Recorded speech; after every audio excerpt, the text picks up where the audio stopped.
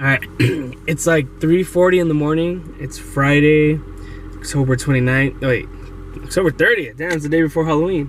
Is it really a day? Yeah, it's October 30th. Yeah. So Friday, October 30th, like at 3:40, I'm about to head to FU. I know I said I was gonna take at first I was gonna go back Wednesday. That was the first thing. But then after I meet, I was like, I'm gonna take some time and take a week off. But now it's been 5 days. I competed Saturday, so Sunday, Monday, Tuesday, Wednesday, Thursday, and today's Friday. So like 5.5 days, because I started lifting around 9 a.m. So we'll go with 5-day rest. It's close to 6. And I'm gonna do some deadlifts because I've been watching people on Instagram deadlifting and working out and doing all this stuff, and I was like, man, I want to do that too. In 5 days, like I feel like I don't need any more rest, so I'm just gonna go ahead. I wanted to do a week without barbell activity, but I'm going five-ish days without barbell activity. I'm just gonna deadlift today and do some like lower back stuff like reverse hypers and glute hamstring developers. It's gonna be a real like easy day. So someone had the music on, so I don't want to risk any copyright infringement, any copyright stuff, what I'm talking about. All this felt easy, the warm-ups, and I was looking forward to deadlifts. I did that first, and that's not even my favorite lift, but it was all fun and cool, these 1 and 2 plates. I think it felt kind of weird. I don't know why the bar felt fat, even though it's 27 millimeters. It's been a while. I think if I did heavier, this 312 wouldn't have felt so heavy. But since those were my working sets, top sets, it felt hard the first two, more the first set and second set. I was just not used to deadlifting, repping in a while. Meet day was the closest thing I got to, 3 reps. I think I just did 3 reps tops on meet day. But my endurance is very crazy right now. It's very different. It's something I have to get used to, but I can't wait to go heavier next week. It'll be slowly but surely, and I can't wait to compete. Oh man, that was only 314.5, but thank God that wasn't beltless, because that was hard. I don't remember the last time I did 5 reps in my life, like ever. Well, on deadlift for sure. For deadlift, I don't remember. It probably wasn't that long ago, but I don't remember. It's like a month ago. I don't know, I was peaking, so probably like 8 weeks ago, 7 weeks ago. It was actually really hard. So after my meet, 5 days out, all those numbers I had hit before, peaking and meet day, that doesn't exist right now, because this is heavy. Who would have thought 313.5 would be heavy? With the belt. Thank God I didn't do beltless. I have 4 more, 5x5. This sucks. I should have stayed in bed.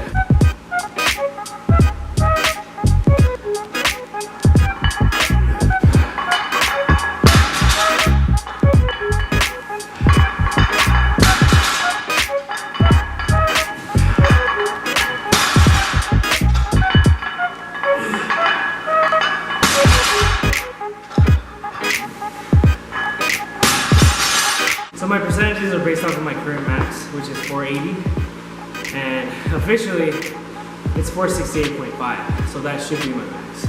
But I know that's something that isn't heavy for me. 480 is, even though I've done it exactly how many times I've attempted it, exactly 5 total times, period, in comp and in training. And I would say out of those 5 times, in my opinion, 3 out of 5 are successful. So that's over 50%. So I'm using that as my max 480, and this 65% of that. That second set was super easy. I think I forgot what the slack in the deadlift bar was, all that whip factor, because I was pulling it like it was a stiff bar or something. It just feels weird, honestly, because I've been deadlifted it so long, like over 1 rep, it's been so long.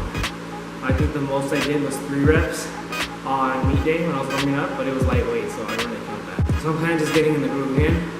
I thought since it's so light, I kind of grip and rip it or kind of go fast, but honestly that's stupid. I need to start baby steps, and these baby steps is putting 480 as my max. I had it as 501 before just so it could be harder, but I'm just going to go to 480. No need to ego lift right now. I don't have anything going on coming up soon. I'm going to Peru December 19th, and that sucks because all gyms are closed in Peru. So I will take a month off. I'm going to get a taste of what it was like for people that didn't have weights at the beginning of quarantine where gyms were closed down. That's going to be me for a month. That sucks. Like I said, my meet, I didn't qualify for nationals because it wasn't drug tested. It has to be a drug tested meet to qualify for nationals. At drug tested nationals in July. So I'm going to do another meet. I'm thinking Oregon in February, which will be February 23rd, which only gives me a month to get ready. And that sucks. Or if that's too fast, which I think it is, because I'll go from no lifting in a month to 1 month prep. Probably May, but the only bad thing about May is I think it's in Vegas, but it's not a big deal.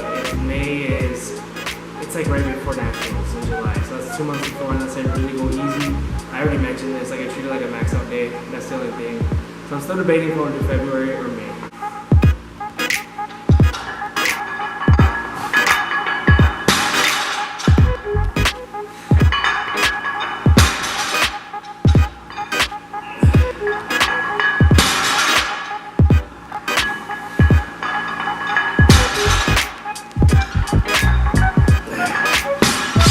That belt sucks because either I got skinnier, which I highly doubt, or because that felt real loose, that specific set.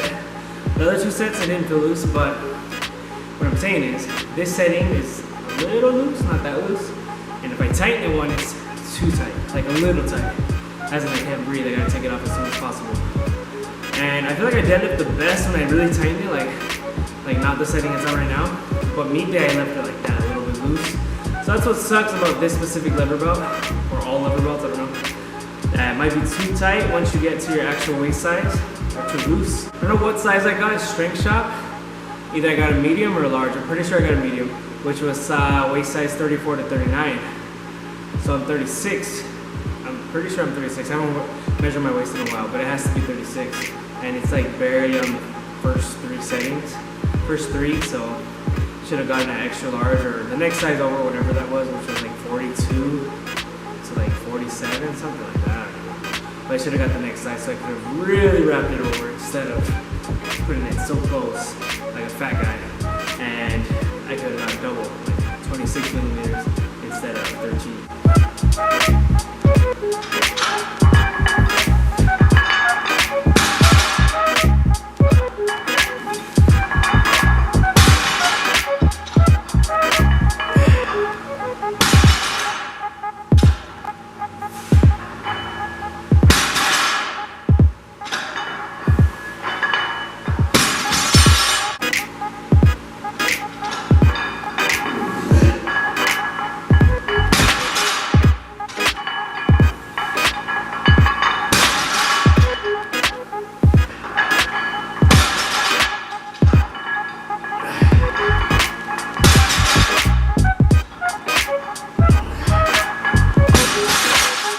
I was exaggerating. The 5x5's over. It wasn't so bad. I just needed to get used to it and really brace. And I fixed my belt. Not the setting, but I put it more to the side.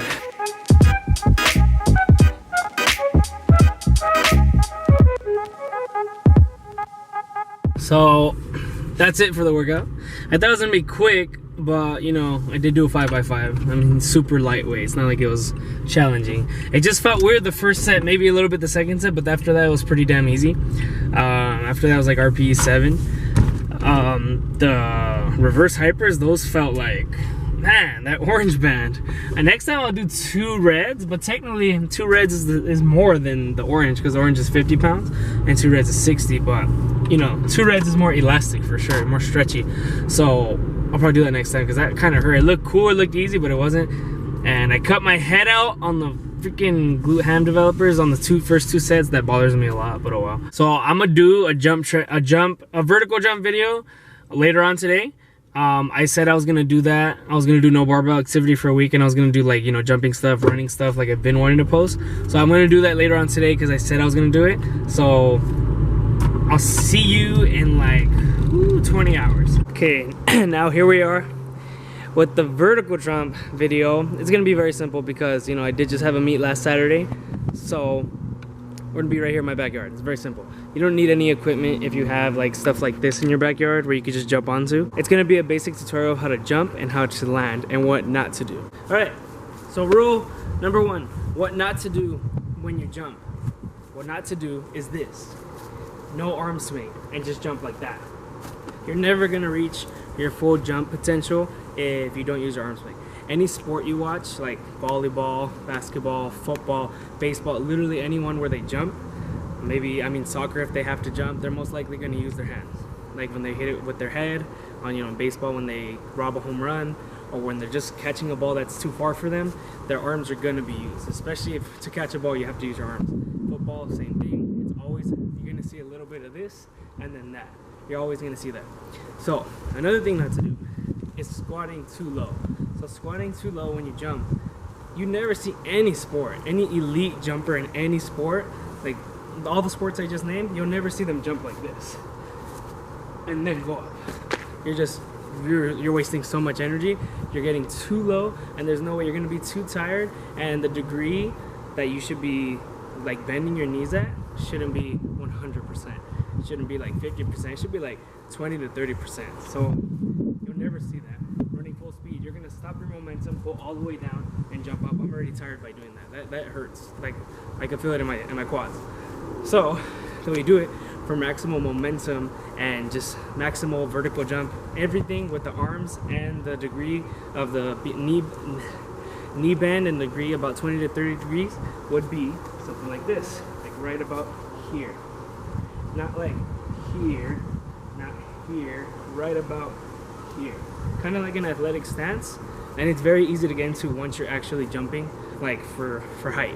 No matter your level of fitness, you're beginner, intermediate, advanced, you're gonna be somewhere around the 20 to 30 degrees of jump of the degrees of bending in your knees. So if you're running full speed, we can use my basketball hoop as an example. If you're running full speed, you'll see the knee bend and how low you should be going, which is not very low.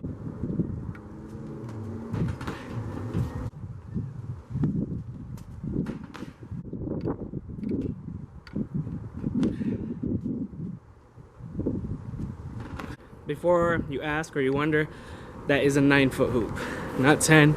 I don't jump high at all. But you can see how I was jumping, and you can relate that to your favorite athletes that jump high. It looks pretty identical. You don't see me going too low. You see me using my arms before I start the jump and during the jump. It shouldn't be during the jump. It should be before and during. Now, we're gonna show how to land. When you jump, you should land in the position that you started. It should be a strong landing. So once again, you shouldn't land too low. How I said you shouldn't jump too low with the degree. You shouldn't be jumping like this. You don't start like that. You don't land like that. So what I mean is you should not land like this. Use everything. Your arm swing. You start from the top, go from the bottom, and then you're ready in the position right here, and you go up. So you shouldn't land like this. You should not land like that ever. If you're doing like a 48-inch box jump or higher, or even 36, that's too high. What you're gonna do is your ACL and your MCL, all that stuff is gonna like, all the pressure will go straight there to your knees, and you're gonna be too low. You'll be too low, and it's just gonna tear. That's why you don't wanna do that, and you can't rebound and spring back up the right way, compared to landing the way you start, which is like this.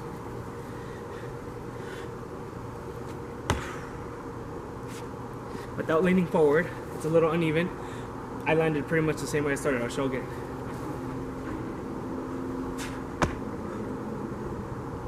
I'll show a static landing where I just stay still.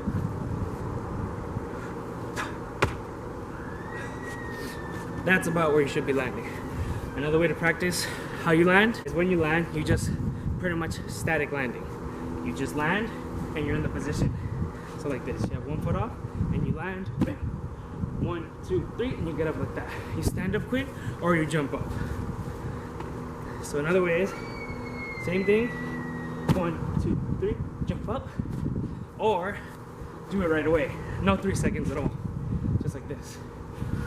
Stand up or jump up with no pause. Like that. So picture doing that, going all the way low. It's the same exact thing. You shouldn't be here, bam, and trying to look, oh my gosh, that was so slow. And that hurts really bad. People don't realize how much that hurts. It does. Jumping is a lot of impact. I feel it in my knees and my quads already. Like, you should feel it. And you should ice your knees after. So when you're jumping onto something, it should look identical to when you're jumping down from something. So this should mimic this. It's just the opposite movement. But you could train both of those to get better at jumping. Now we're gonna go to one leg jumps. One leg jump should be the same thing. You should really use your arms. So you're probably never ever gonna do a one leg jump on purpose. It will happen when you see someone dunking a basketball. They could jump off with 2 legs or 1 leg. So you might see 1, 2, jump. That's usually how they do it, like that. Or volleyball, same thing. You won't see someone jumping like this though. That's very unlikely. So when you jump with 1 leg to train it, it's the same thing. You use your arms, same amount of knee flexion, not too much knee flexion, not too low, not too high, and you go up like this. And you land the same way that you started. So when you start in position, should be your landing position. My left side is very weak. If I'm gonna try it, if I scrape my knee, I scrape my knee.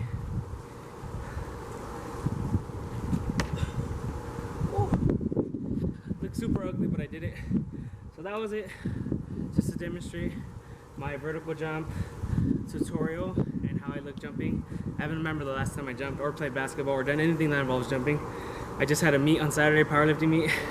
So I'm more tired than energetic right now. I hope you learned something. Stay tuned for more athletic stuff, not just powerlifting stuff like I've been showing right now. Sprinting stuff is on the way. Don't forget to like, comment, share, subscribe, and stay tuned.